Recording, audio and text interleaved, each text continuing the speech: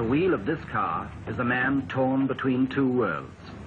He's an Arab sheikh who was born in an old Arabia and will die in a new one. He worships Allah, loves the desert, and is one of the richest men in the world.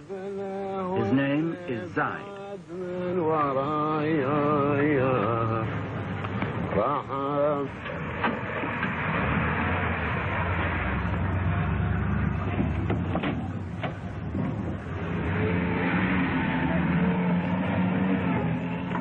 Zayed rules a little kingdom in Arabia called Abu Dhabi. 20,000 people in a stretch of sand and salt flats about half the size of Denmark. To the tribesmen who follow him everywhere, he's the undisputed boss. His forefathers ruled the desert from the back of a camel. He rides it in a limousine. But he remains, as they were, the center of tribal life. He's the man you serve, the man you hunt with, and the man you fight for. Above all, he's the man who leads. Wherever Zayed goes, his men go too. Those who don't travel with Zayed come out of the desert to greet him. They all owe their loyalty to him, and they all expect rewards from him.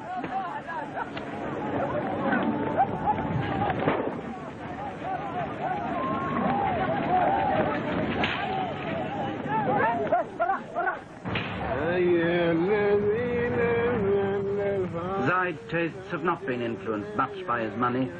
He likes the simple life, to drive himself, to go hunting and camping in the desert, to be with his people, as a sheikh should be, to follow the ways of the old Arabia.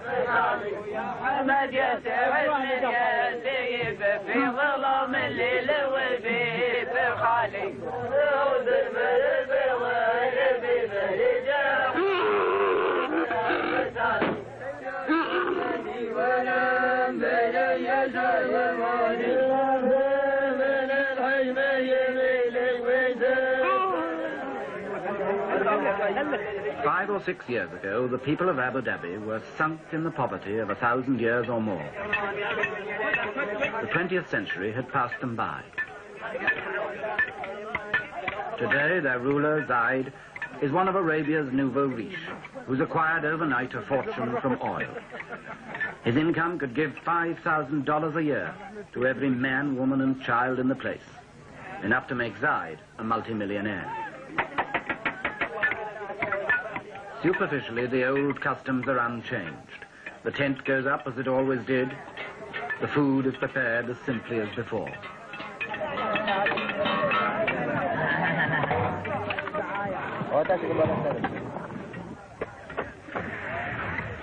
Zayd's natural pace is leisurely, almost indolent. Time is about the only thing the desert's been rich in until now. Time for coffee. Time for talk. Time made into ritual from century to century, from morning till night.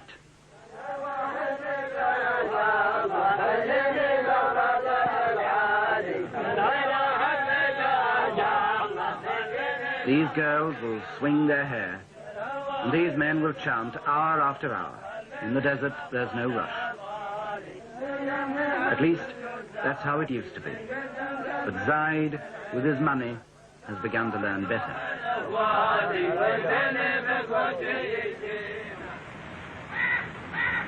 In this palace in Abu Dhabi, Zayed had a brother. His name was Shakbut, and for more than 30 years he ruled Abu Dhabi in poverty and comparative peace. Shakbut's rule was traditional. His word was law, but he stayed close to his people.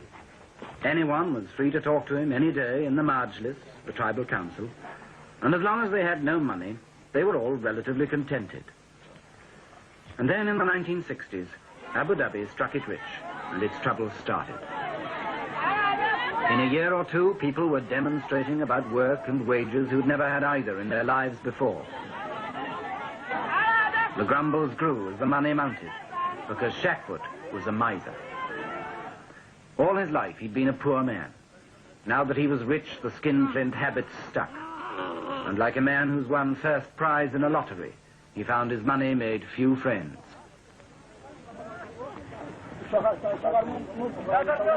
People began to say his brother, Zayed, would be a better ruler. He had a mind more open to the world. He was generous. He was a man's man. But Zayed had sworn to his mother years ago that he would never harm Shakput, and for 5 more years he stayed loyal, and the people waited.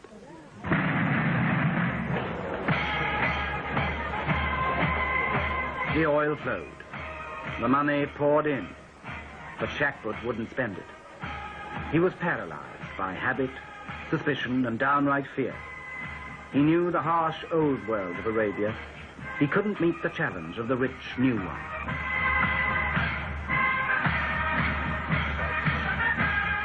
By 1966, just 5 years after oil had first been found in Abu Dhabi, Shakput's wealth destroyed him.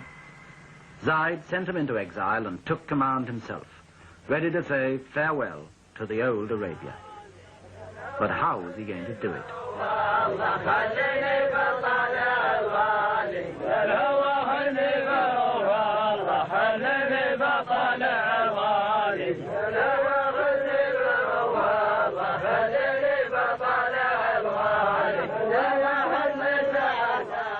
Even with a new ruler, the old life still goes on.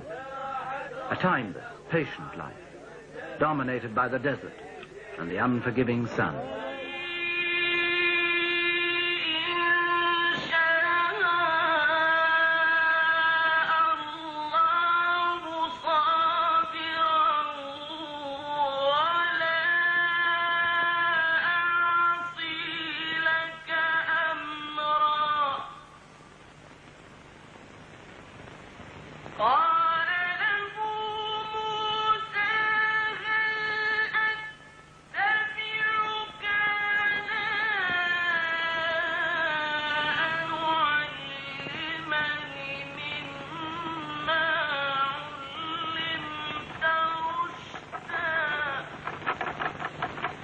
Arabia is a land of terrible heat and terrible bareness.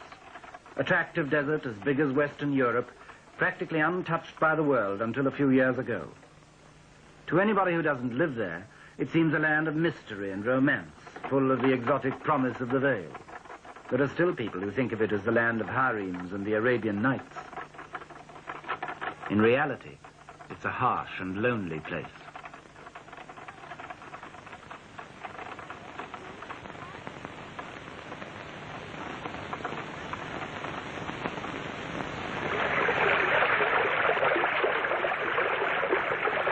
Only water makes Arabia bearable.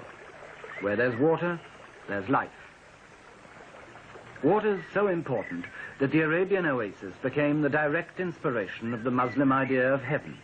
And no wonder. When you come to the cool shade of the date gardens after the heat and emptiness of the desert, the oasis seems literally heavenly.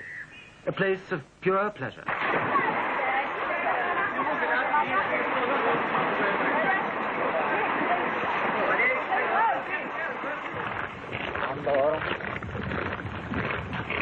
Every well in the desert is like a port. The camel caravans cross the desert like ships cross the sea. There are no frontiers, no fixed territory, no land belonging to anyone. There are just the wandering Bedouin and their camels, as attached to each other as sailors and their ships, bringing their trade to the desert markets.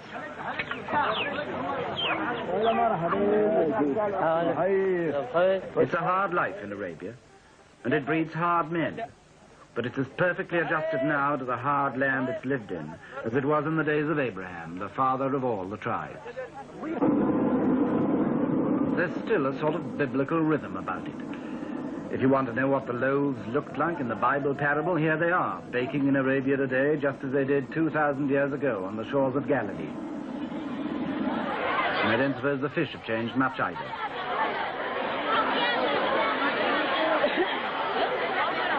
The women of Arabia still hide behind the veil, as Arabia itself has done for centuries.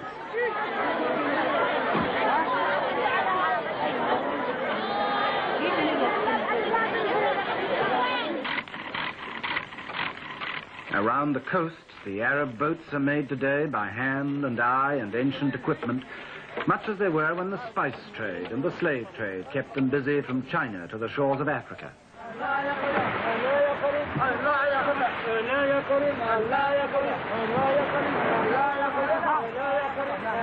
To the Arabs, the sea was a source of wealth that the barren land could not provide. Fishing, pearling, trading, smuggling, and especially piracy. Arab sailors in the Indian Ocean and the Persian Gulf preyed on the ships of Europe in the Indian trade. In the end, their piracy was their downfall. With a few naval sloops and some of the queerest treaties ever devised by man, the British Empire imposed on 2/3 of Arabia's coast the thin red line of peace.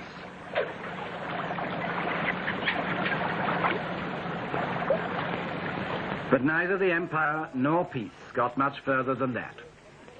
The sea was all anybody cared about. As long as that was safe, the land could rot, and so it did, in neglect and perpetual tribal warfare.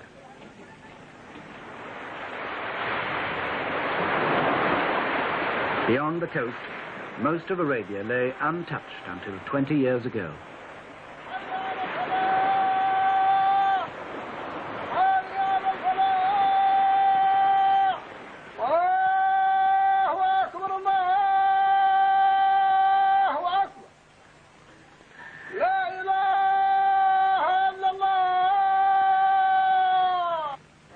God is great.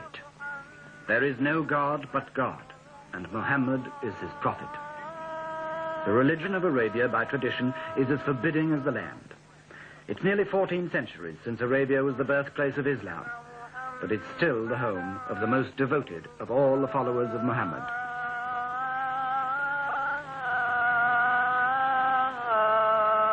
Islam means submission to the will of God.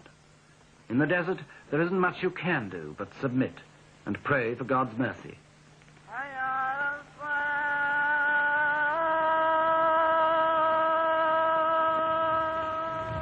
Submission makes everyone equal. A ruler like Zayed is no different from other men in the sight of God. He submits like them, and wherever he is, he prays like them, and with them too. Allahu Akbar. Assalamu alaikum wa rahmatullah. Assalamu alaikum wa rahmatullah. The Prophet decreed that the faithful must pray 5 times a day, from dawn to dusk.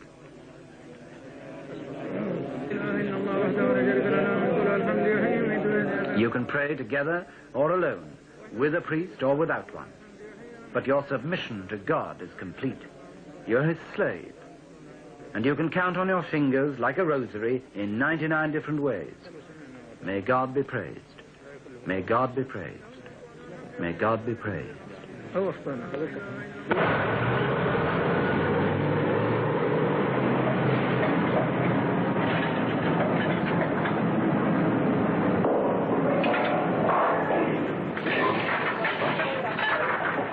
Oil has ended the centuries of Arabian isolation. Oil means money. It's worth nearly $6,000 million a year around the Persian Gulf alone. And although most of the Arabian oil fields have been in production less than 20 years, their wealth is cracking the old life of Arabia wide open.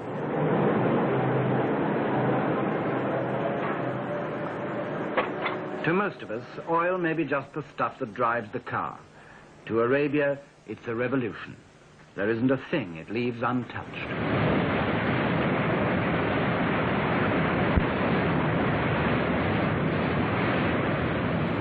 It makes the desert rich. It brings the prospectors and the lawyers and the map makers to divide it.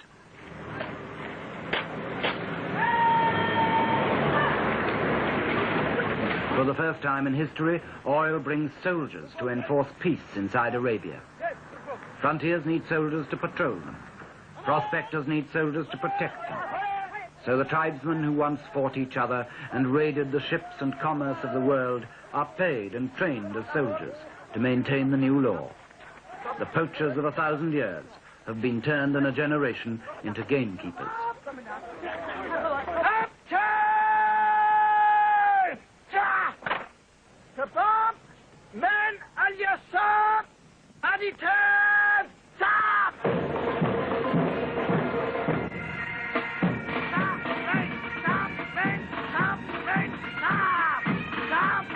Stop!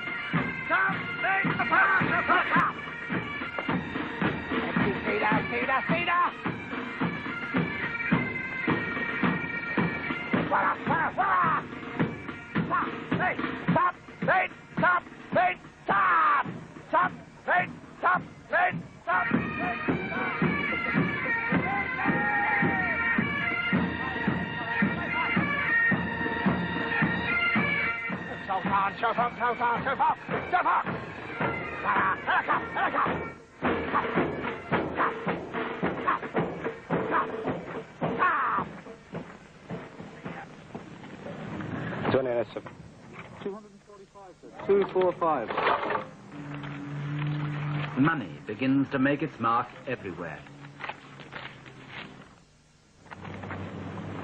The Sheikh gets millions, the soldier only a scrap, but it buys a new life for both of them. 302, sir. 302. 245. Maintain what?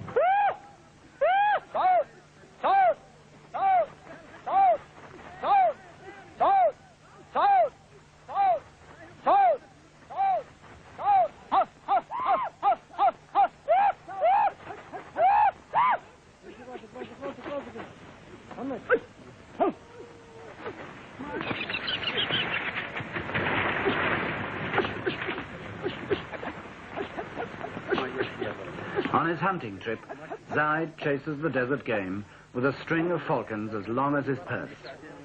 20 years ago, he'd probably have gone hunting on foot, with only a few birds to help him. Now he takes anything up to 100.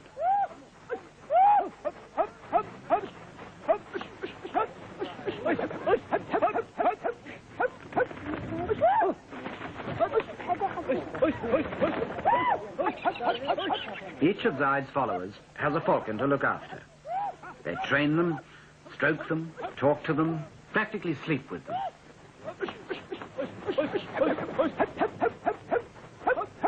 Like racehorses, they're the pampered darlings of a rich man's camp. And like racehorses, they cost big money. A good bird will fetch $600 or more, imported from Syria or Iraq.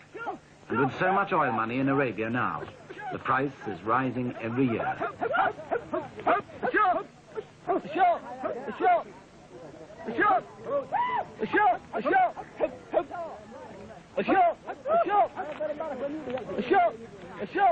Nothing escapes the touch of money.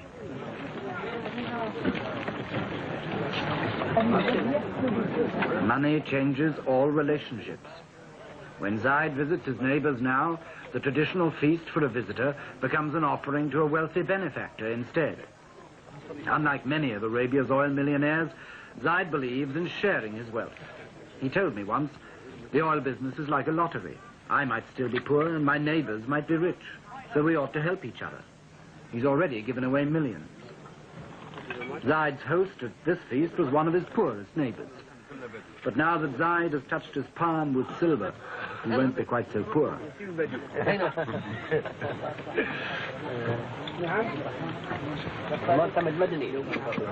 The feast is traditional. Goat's meat, chicken and rice. And when the VIPs are finished, the lesser men move in.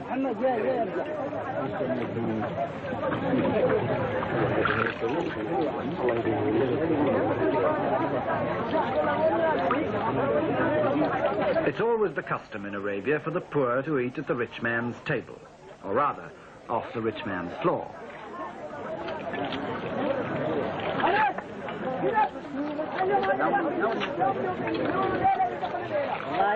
When this lot are finished, there'll still be more to come, in descending order of rank and ascending order of hunger. It's not the most elegant spectacle, and it's not the choicest food, but in a harsh and hungry land, any excuse is welcome for a blowout, especially when it's held for a man with money.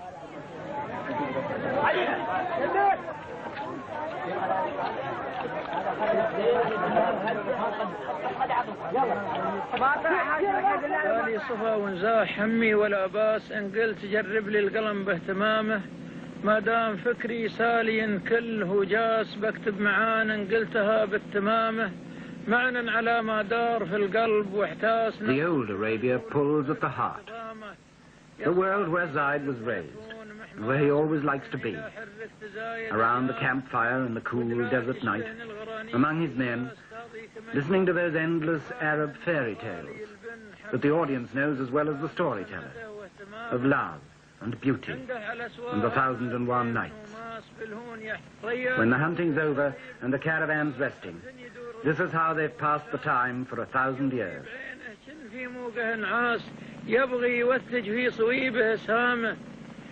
This is the old and sometimes beautiful Arabia, where time is endless and patience more so.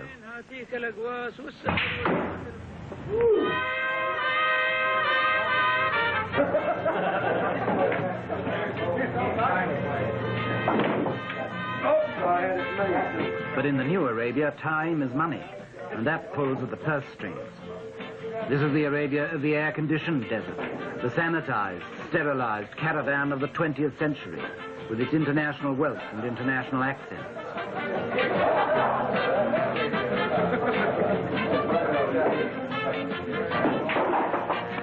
You can't play pool, let's play darts. I can play darts. For these people, the old Arabia hardly exists. The mystery and the romance, or the harshness and the poverty, it's all one in the oil company's pay packet. See you guys later.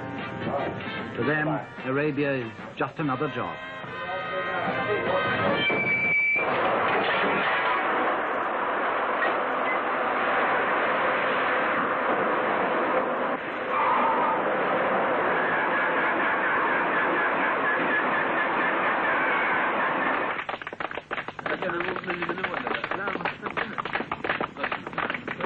The fairy tale is over, and everyone now will live happily ever after in the dream world of the Arabian Nights.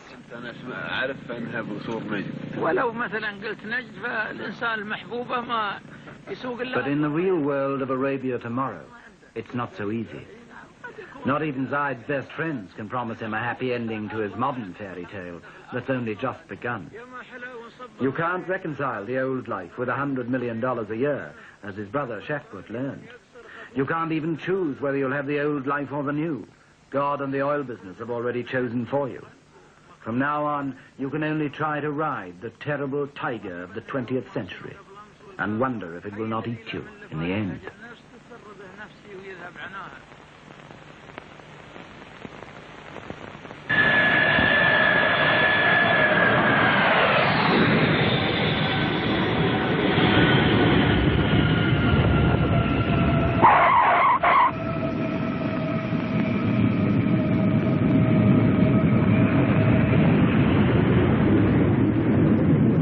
By the international jets and the local runabouts, the vultures of world commerce descend on Zayd's little kingdom. They're perfectly decent vultures, just bankers and businessmen doing their job. $100 million a year is a nice piece of export market to get your hands on, especially when the place so obviously needs your help.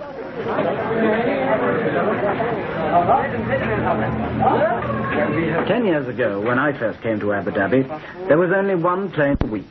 Now there's more than one a day, and the old place can't quite cope. I've been here before. I know there's been quite some improvement here in 4 years since I've been here. I fully expect to see some floor shows when I get on into town. With some striptease also? Well, no, that's a little too much.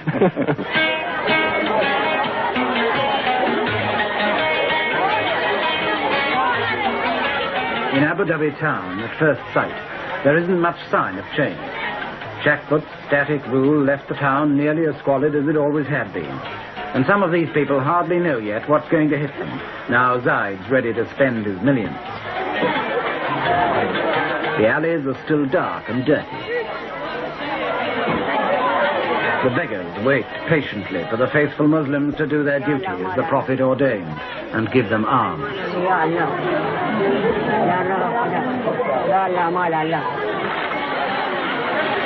This is what Arabs call the souk, the bazaar or marketplace.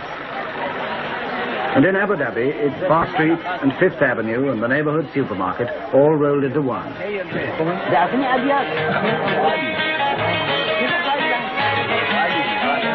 For the Arabs of the desert, it's got everything we mean by bright lights and the big city. It's not much of a place, but this is where 20,000 people are going to share Zayd's inheritance of 100 million a year. Some of them have got a share in it already. They've bought big cars to go bumping over the unmade tracks. Big lorries to cash in on the building boom. And they've also learned to throw them away, like all good modern men.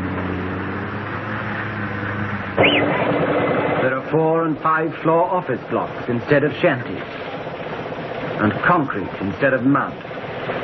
The modern world, our world, is taking over. I remember, for instance, not long ago, when there wasn't a single bank in Abu Dhabi.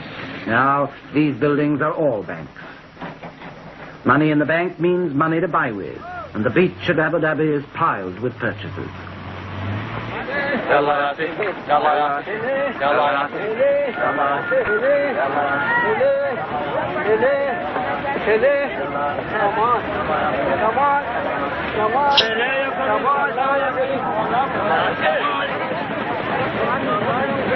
Abu Dhabi was built on a sandbank, so it's never had a proper harbour.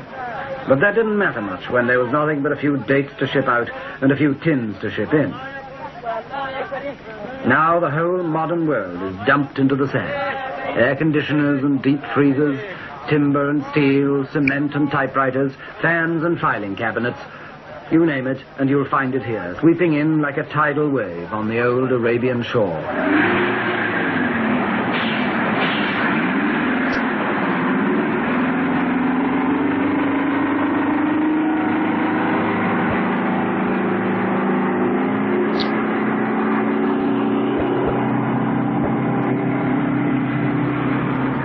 We call these construction machines. They're also weapons of destruction. They can rip up an old road or knock down an old house even faster than they can build new ones. And in Arabia now they can and do tear an old way of life to shreds before a new one is properly begun. Not that many Arabs object. In fact, most of them are only too glad to help with the destruction of their old way of life.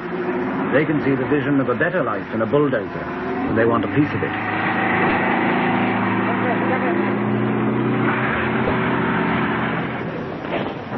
Someone, though, must try to strike a balance between building the new and wrecking the old.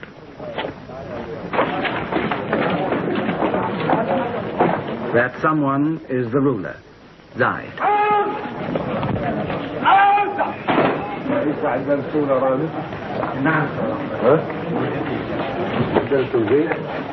Zayd knows from experience that if he's too slow to destroy the old world, he may be removed like his brother Shakput.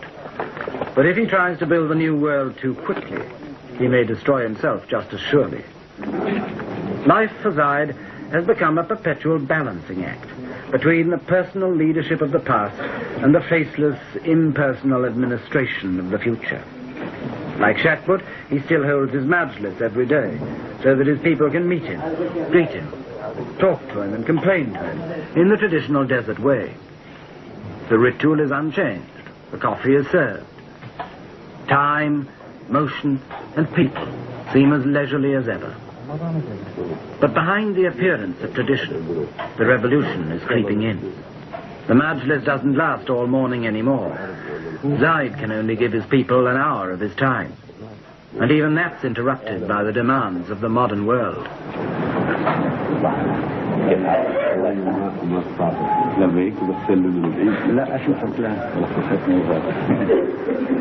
Welcome to the international businessmen. Welcome to the salesmen, to the experts, to science and high finance. Maybe welcome to the con men, too, until Zayd learns to pick them from the rest.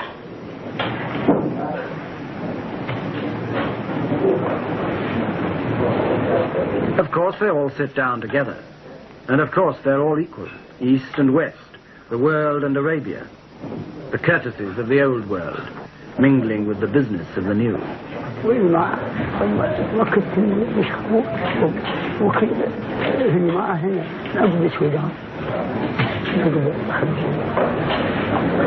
But it's the newcomers in business suits who get the places of honor at Zayd's side. And not just because Arab hospitality demands they should be favored, They're there because they represent power. The power to provide the people of Abu Dhabi with anything Zayed can now afford to buy. Still, the ritual goes on, balancing the new with the old. The first thing a visitor must do in Arabia is to learn patience. You can sit for hours in places like this and never do anything but ask after each other's health. All in good time and all by the will of God. Never do today what you can put off till tomorrow. Never act if you can talk instead. The tribesman with a problem comes to Zayed to sort it out. And everybody else must wait. Patience and still more patience. But now there's $100 million of good hard cash burning a hole in patience every year. That's business that won't wait. It may be the will of God that's given it to Abu Dhabi, but it's the will of man, and especially the will of Zayed, that has to decide what to do with it now.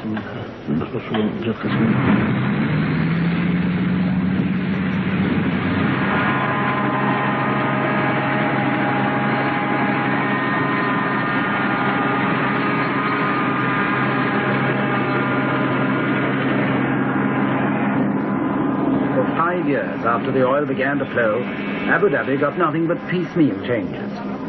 Now Zayed has come to power with a plan to make Abu Dhabi the model state of Arabia, with all the paraphernalia of development. In the first few months of his rule, he awarded $70 million worth of contracts, and he's out every day to spur on the men who are making him a brand new kingdom. Concrete, and this will be going out approximately a mile, and the second stage will be done next Friday. Would continue on out into the very deep water for the large freighters, the large. طال عمرك يقول هو هذا الدفن اللي انتم تكلمتوا عليه، يعني اللي طلبتوا منه الدفن هو اللي يطلع ميل واحد.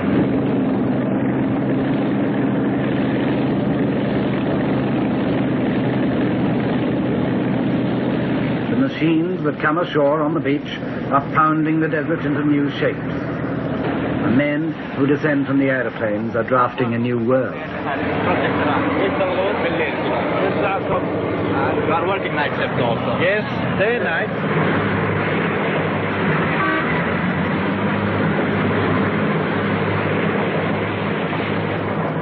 It's a world where time and opportunity have changed places. Yesterday, time seemed endless and the opportunities few. Today, time is short and the opportunities are infinite. Going out for approximately a mile, which we had discussed with you in your office when Mr. Griesbach, our design engineer, was here a month ago. Zayed told me once he didn't know what would happen in 10 years' time, but he felt he must give everything to his people now because they'd had nothing for so long. Schools and hospitals, wells and houses, an artificial deep-water harbour to replace the Abu Dhabi beach, a 4-lane highway and a water pipeline across the desert, an airport with a runway longer than London.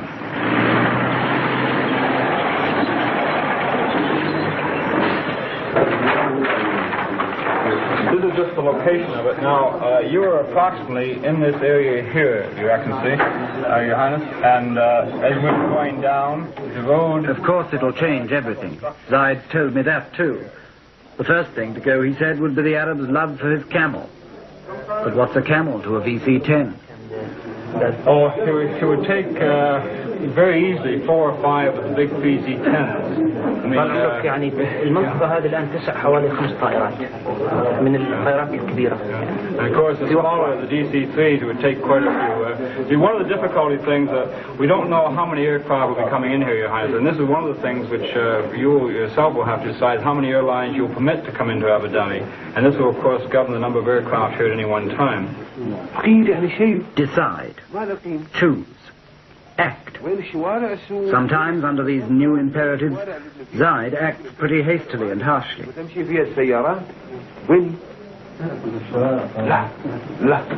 He dismissed this plan for a new souk in Abu Dhabi with scarcely a moment's thought.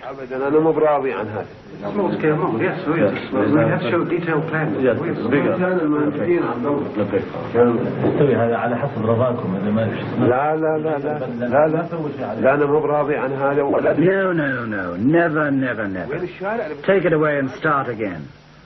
says 2 months' work is demolished in a moment. He who pays the piper calls the tune.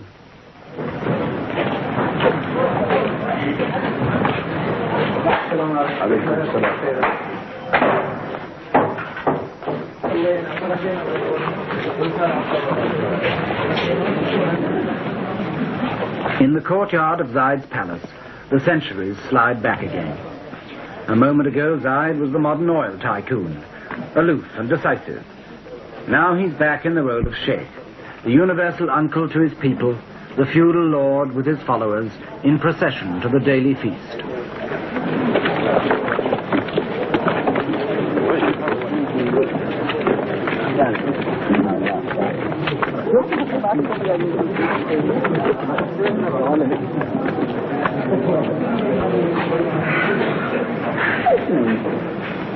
To the tribesmen of the desert, used to bread and dates in the sand, Zayd's table is a revelation.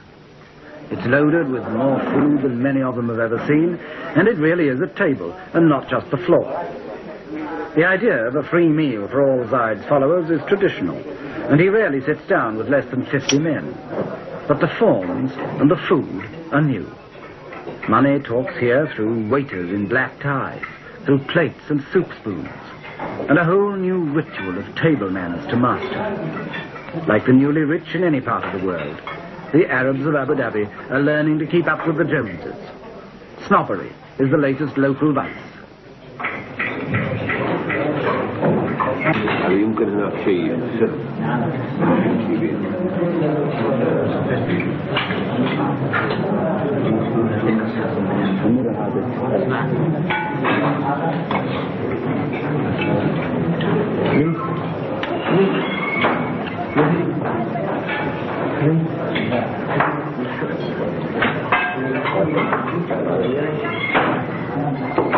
These are our rulers. These are our rulers. Good. What's this? That's the door. Yes, say, that's the door. That's the door. What's that? That's the TV. And what's this? While the fathers learn new manners, a few of their sons learn new tongues. That's the ceiling. Foreign languages and foreign teachers bring foreign ideas. That's the ceiling. Yes. That's the ceiling. Yes. This is the floor. Good. Here's a pencil. Good. Here's a ruler. There's a picture. Satan. Good. Now all together, stand up. Yes? That's the window. Huh. That's the window. That's the door. That's the ceiling. This is the floor. Here's a pencil. Here's a ruler. There's a picture. Satan.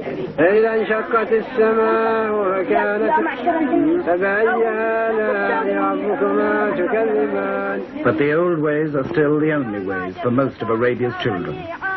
Schools like this, where the boys learn the Holy Quran by heart, haven't changed in 1,000 years. It's still the only sort of school most kids ever see, if they're lucky enough to see a school at all.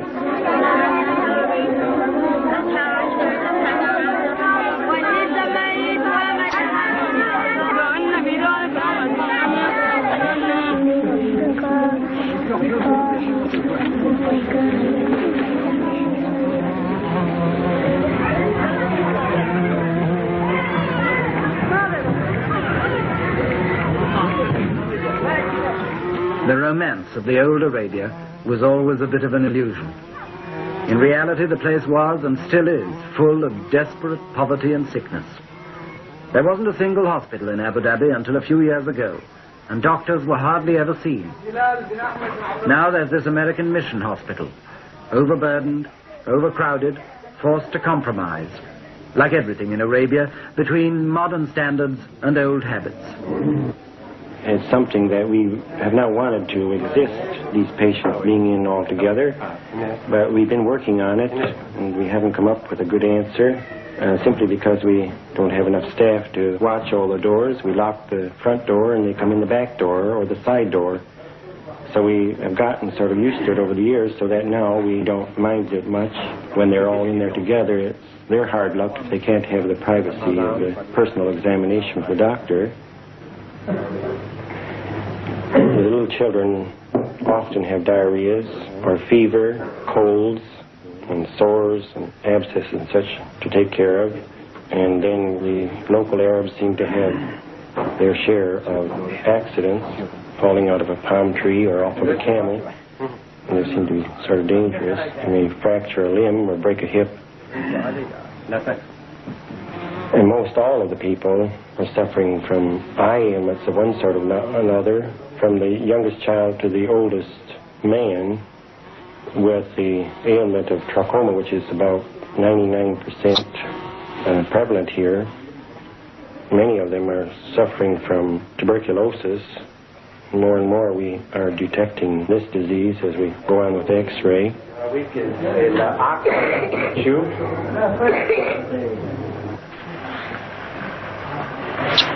تمام هذا تمام هذا الحين نريد نرفع صدرك شوية ها ما رأيك بس من هنا Tradition still throws a veil around the women of Arabia that even the doctor can't quite penetrate. Examinations here are probings in the dark. وين يعود دكتور أكثر هني شوي هني شو هذا أوكل من أول وصن The women are the most conservative force of all, secluded, unchanging, uneducated, and fatalistic. They accept their lot meekly, and they do their duty faithfully as the handmaidens and chattels of men. But for how much longer? When even under the thorn bush the doctor arrives with his medicine, and every jab with a syringe becomes a sort of revolution. يبرد جديد.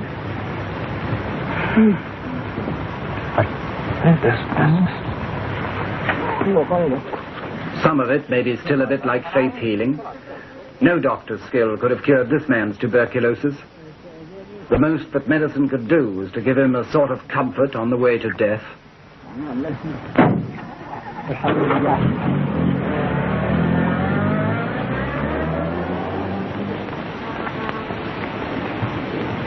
But if the 20th century medicine doesn't always work, it does challenge that submission to the will of God that accepts death whenever it likes to strike. So Islam itself comes under attack. God's will always seems more flexible when you can meet it with a millionaire's money. I'll be honored to present the estimates for Abu Dhabi for the year 1967.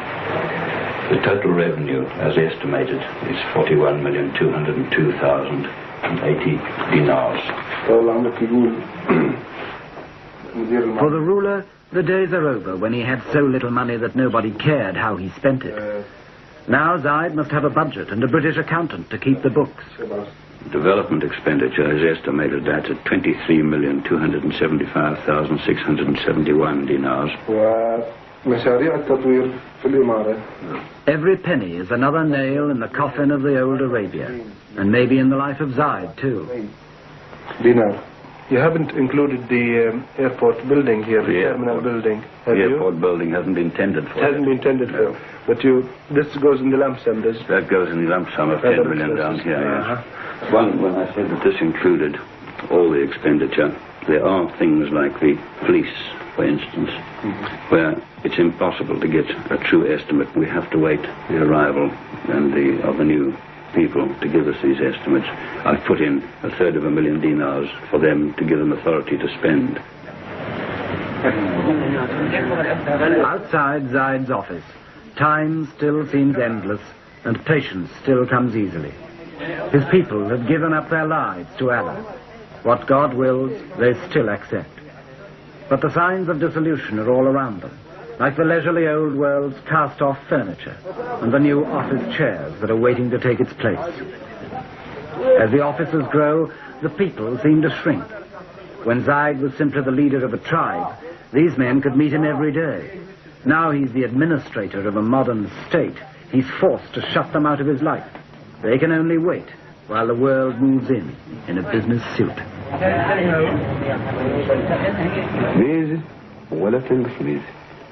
Even Zayed is a little less sure of himself. He can ask the new questions and make new demands, but who can give him the answers? You see his hands. And for this year, of course, I'm giving something very approximate. But for next year's, I would like it as precise as possible. Well, I'm hoping that the exercise in the coming year will give us the material for next year, but at the moment there's nothing to go on.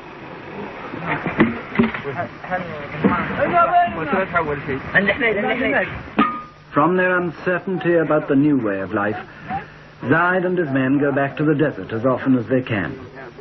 The desert is still home, the place they knew before they were rich, and the only place they will really know until the day they die. In the desert for a day or a week or a month, they can go back to their old and simpler ways, to a genuine sense of comradeship that the modern world leaves no time for. There are no budgets and civil servants here, no plans, no figures, no complications, no closed office doors.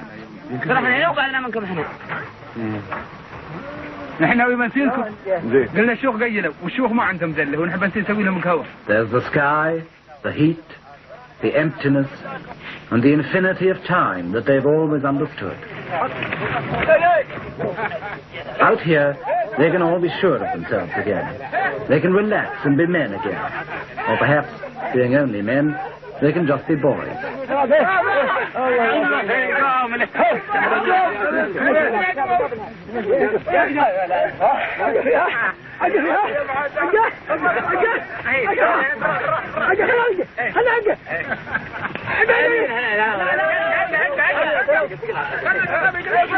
Even Zayed, the ruler, can let his hair down here and be one of the boys fighting a mock battle with his secretary.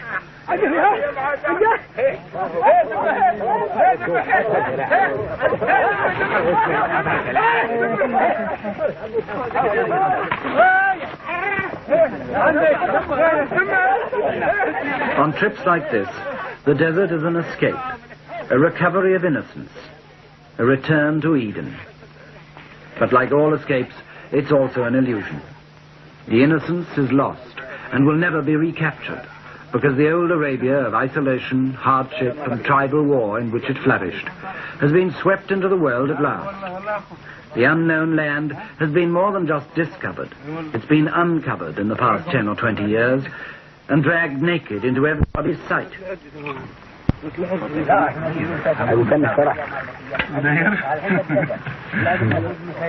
Of course, this doesn't mean that the old Arabia has disappeared in the space of the last few years.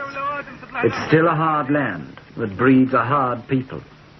Tough individuals like Zayed and his men, and some of them still fighting a rearguard action against the assaults of the modern world. All the same, in the end, the 20th century brooks no defaulters. Here in Arabia, one of the last of the lonely lands is surrendering its old independence. From now on, its people will have to face, like the rest of us, the infinite hopes, possibilities, and disillusionments of the modern, universal world.